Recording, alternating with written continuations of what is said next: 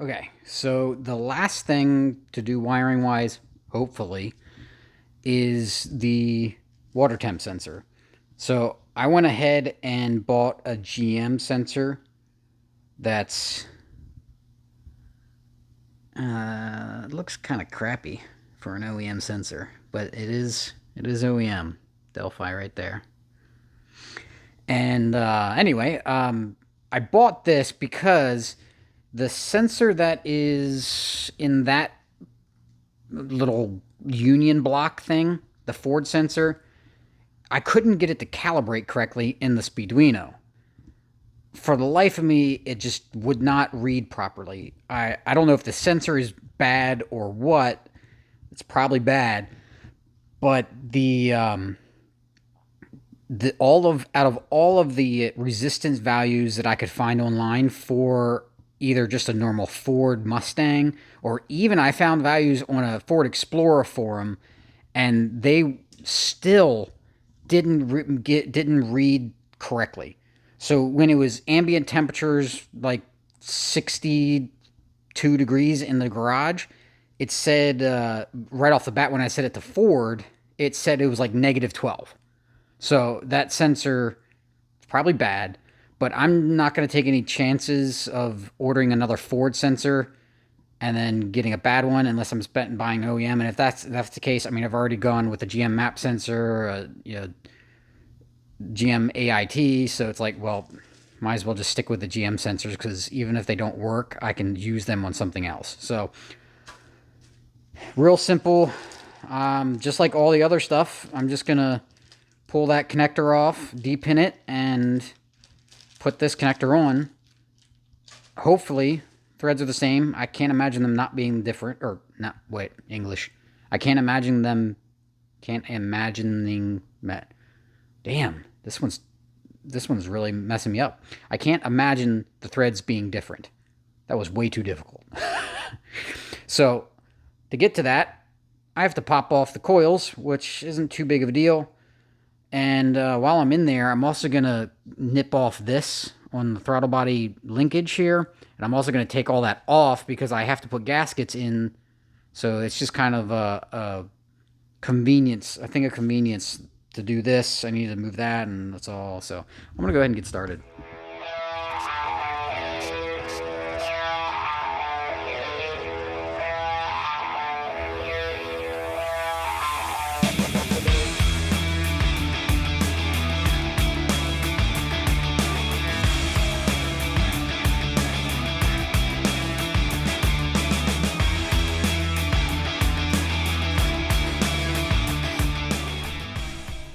Alright, out here looking at the Ranger, doing the exhaust today.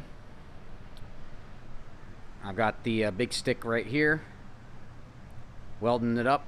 So this is the part that goes over the axle, and I'm getting this all finalized before I finish up the tail piece right there.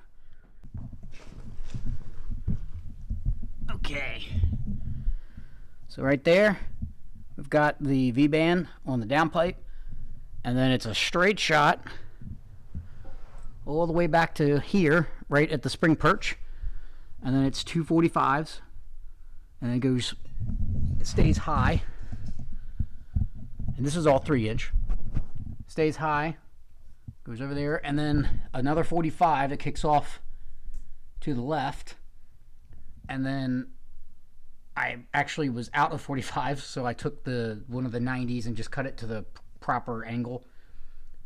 And then I'll jump around to the other side to show you the final bend. Alright, so here we come down with that 90 turned into a 45, and then we hit another 90. Now, where that 90 would have sat, I'm just going to use the flashlight, it would have sat like this, facing forward. I wasn't really happy with that, so I cut it right there, right on the bend, or right before the bend finished,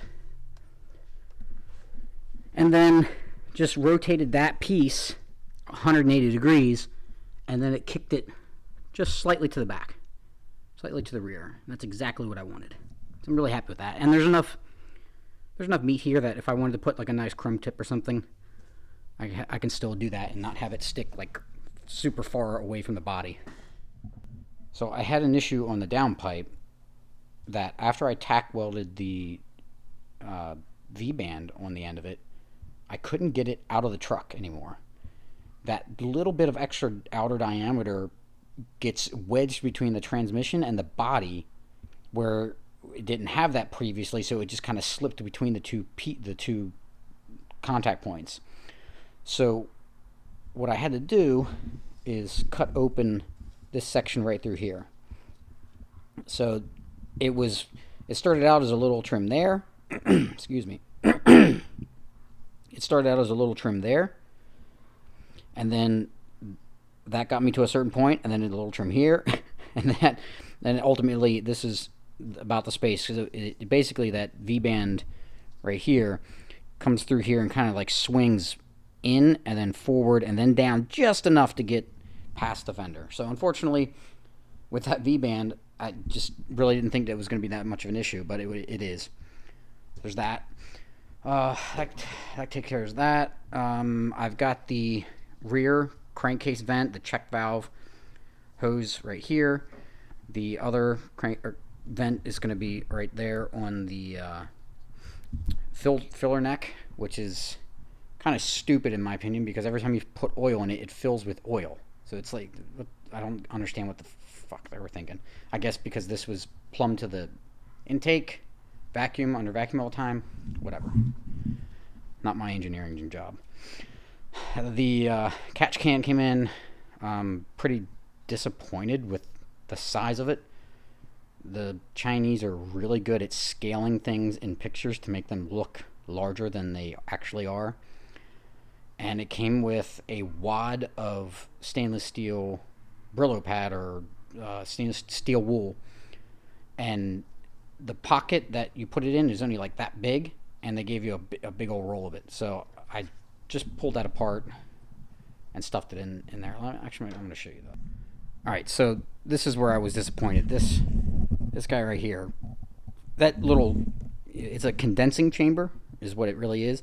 As the oil vapors come into this port, they hit the steel wool, and it's supposed to help condense it, help coagulate, whatever. It condenses the correct term, but it basically makes the vapors turn to a liquid, and then the vapor or the liquid would drip through that grating right there, the holes, and then fill up the cup. But this little thing right here is so tiny, it's like, I just don't think it's going to have the capacity to condense enough, quick enough, and I think it's just going to short circuit. So I just stuffed the rest of it in the bottom there to help condense whatever, after like finish a run or driving it, stop, and then whatever vapors are in there, that additional mass will help condense that. But it's not going to work as efficient as I would like it to. I've built better oil catch cans out of these cheap Chinese ones, but not this style. I thought this one would be a little bit, I thought it'd be worth a try, and it is going to be worth a try. We'll see how it goes. But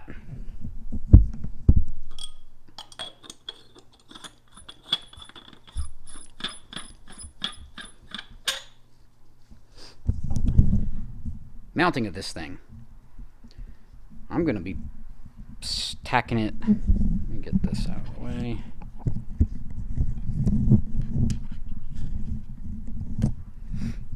I'm going to be putting this thing right about there. So it might be a little bit lower. It came with this little bracket, which was kind of nice, and it looks like this hole right here is going to be perfect. So what I'm going to end up doing is putting a thread or riv nut in there, and it just happens to be the M6 riv nut fits perfectly in that spot. So I'm going to throw that there. This already came with two mounting heights, so that's going to go there. Catch cans there, and then out of the intake. So this is the line from the back. I'm basically going to just connect it directly to the filler neck, and then put a T in. And I managed to find a 5/16 by 1/2 inch T.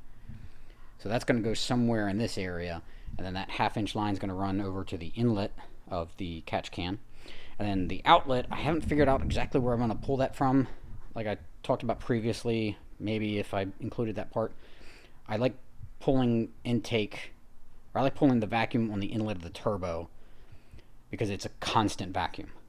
But I don't have any filter set up here yet to plumb that in.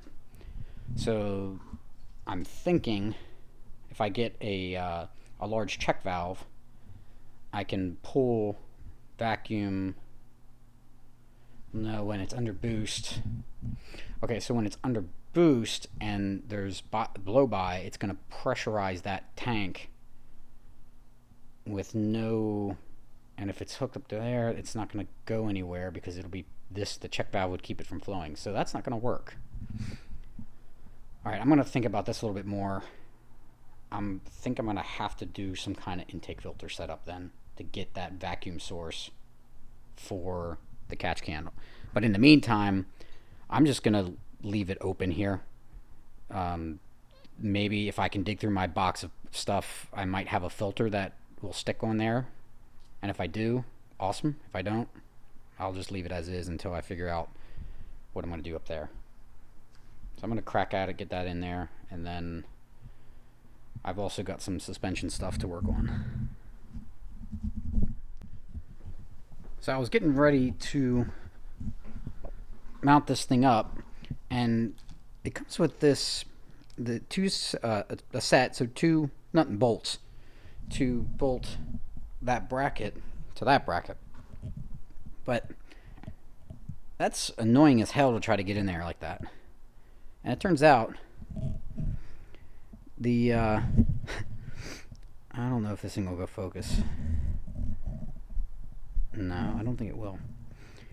It turns out that the holes are actually a little oversized for an M6 tap. So it's just enough to carve some threads in there though. So I'm going to go with a couple M6 bolts through that bracket right into this one. Good deal. So this fan is absolutely pitiful. Other than it being pitiful, the Speeduino is not activating the fans. Something's wrong inside the Speeduino causing the fan switch to not switch. I've already tested. I got continuity between my relay, and the actual pin on the Speeduino board. I pulled all that apart and checked. Got continuity. It's something in the board that's not working properly. So I've got it right now just set up with a wire that I'd stick into the battery. Now it's going to be difficult to really quantify this over a video, but I'm going to try. I'm going to flip this microphone around. I'm going to kick this on.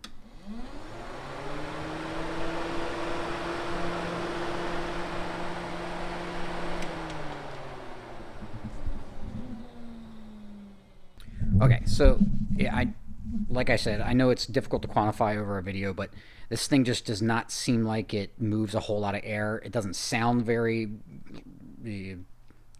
aggressive. I don't know what the right word is, but I have it wired directly to that fan motor, and it's just not, I don't think it's going to have the capacity to cool this effectively. So, and I did get this wrong. This isn't the Mercedes one. This is a Jeep Grand Cherokee 2011, I think. That I'll correct it earlier. I'll have it corrected on the screen earlier, and I'll pop it up again just to be sure. But that is really unfortunate. Now, I went back and I realized that I ordered the cheapest one that I could find, not realizing that there was a Dorman version available. And when you look at the motor that's on this one versus the Dorman, they look different. The wiring going to the fan is heavier.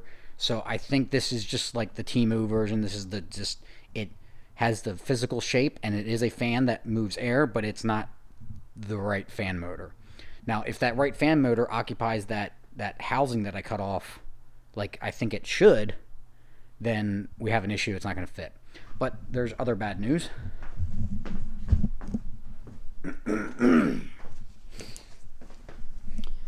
That is coolant, and it's coming from the radiator on this side.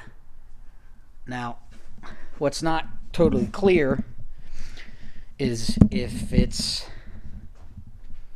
somewhere like behind the fan in the actual core, or if it's the end tank. And it's only those few little drops, and that was only after two heat cycles with this. So I'm not really thrilled about that, but that gives me an opportunity. If I'm going to replace this radiator, I might as well go with a aluminum one. Now, what I'm thinking, this is a super thick radiator. If I bump it up to a aluminum radiator, well, aluminum end tanks, because the center is aluminum, I might be able to get away with a 2-row, which hopefully is thinner, and then that would let me run a fan like this without chopping it to bits. So what I think I'm going to do is order the actual Dorman version of this fan shroud, the cheaper aluminum radiator, and see if the combination of parts works.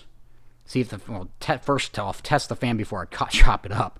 And unfortunately, I didn't do that with this one because I figured it was going to be good enough. I've had good luck in the past, but sometimes your luck runs out. Anyway, yeah, test that, put that combination together, see if it fits without chopping it up, and then hopefully that's done. Because right now, I got everything else in and ready to go. So I'm itching, just itching. Okay, so I've done a little bit of suspension work. I got the new struts in. These are just the cheapest ones that I could find on Amazon, because I'm going to be altering the suspension at some point, probably doing control arms, and I don't really want to waste money on shocks right now. So that is just because the old ones literally fell apart as I was taking them apart to do the engine mounts. So then the next step, this is the Explorer sway bar, and I flipped it since the installation, because this looked like, because this was going, let's see if it was, yeah, I think it was going up, and it was actually hitting the frame. And so my thought process was flip it so that it's going down. But when I did that, now the sway bar end link that's for the Ranger doesn't work. There's not enough space in here. Even with this thing pushed all the way up, there's not enough space to get the bushing and the plate, these, in there. You can't compress it enough to make it work. So I went on Rock Auto, looked at a couple Ford models, and I got lucky pretty quickly. The 99 Mustang, and I went with the V6 model, has a slightly shorter, about 1 inch shorter sway bar end link. So this is like 5 something, and the Mustang was like 4, maybe 4 something. So it puts it like somewhere right in this area. That would give all the room in the world to move this down so it's not quite as close to the frame, and it would be able to bolt together. So if that combination works, then this Explorer sway bar is a very viable upgrade. Well, hopefully it's an upgrade. It appears to be a very viable upgrade for the Rangers. It's a hell of a lot thicker. She's thick.